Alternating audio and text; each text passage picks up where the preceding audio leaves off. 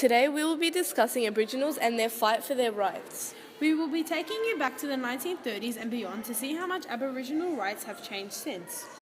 Edward Koiki Mabo was a Merian man from Murray Island in the Torres Straits.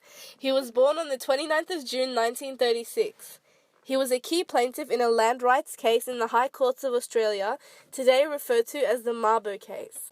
The Mabo case. The Mabo case was a milestone court case which led the way for fair land rights to Australia's Indigenous people. During 1982, the Indigenous people of Murray Island, led by Eddie Mabo, began their fight for land rights. Their island in the Torres Straits was at risk of development by the government, and the Merian people wanted to protect it.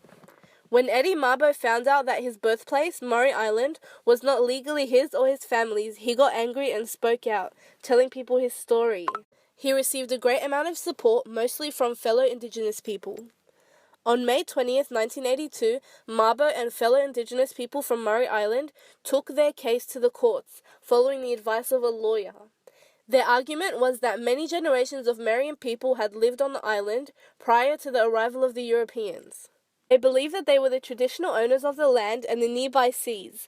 Their argument also defied the claim that Australia was terra nullius, a Latin expression meaning nobody's land. 10 years later, on the 3rd of June 1992, the High Court of Australia decided in favour of Eddie Mabo and his fellow plaintiffs. Unfortunately, Eddie Mabo did not live to see the success of his lifetime commitment and passion as he passed away from cancer, aged 56, on the 21st of January 1992.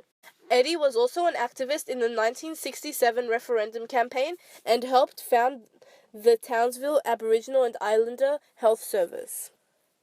Eddie was also recognised for being the co-founder of one of the first black community schools in Australia in 1973.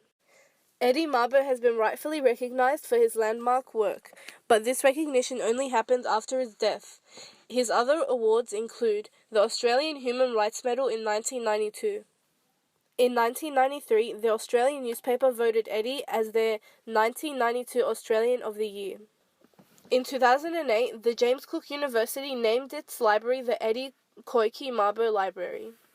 Rita. Mabo Day, named after Eddie, is celebrated on the 3rd of June each year. Although Aboriginals have lived in Australia for 50,000 years, they still struggle with their rights.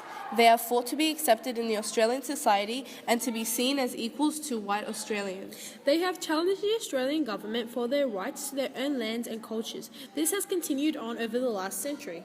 Aboriginals have struggled with their human rights and being accepted into the culture of the world for many years.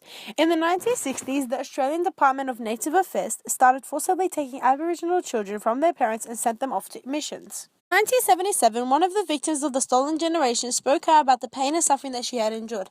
Annette Pardon explains that she was placed in foster homes and institutions where she was punished for constantly crying and for saying that she missed her mother. This did not change until the 1980s, when the government preferred the policy that Aboriginal children had to be placed with their own race. The Australian Parliament made a historical apology to the stolen generations who were taken away from their families. The Prime Minister Kevin Rudd made the apology on behalf of the Australian Parliament in 2008. He acknowledged the mistreatment of Aboriginals and honoured the grief, loss and suffering of the stolen generations.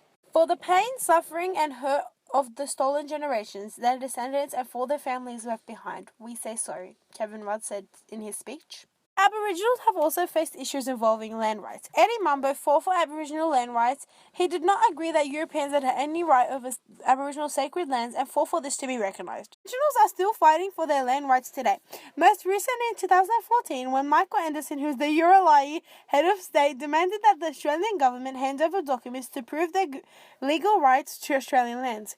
He challenged the Australian government to give these documents, believing that they would be unable to give them to him and that they wouldn't be able to give him proof of ownership. This is one of many cases which Aboriginals have stepped up to challenge the Australian government with issues involving land rights. Aboriginals still feel that it is important for them to continue to fight for their land and cultural rights.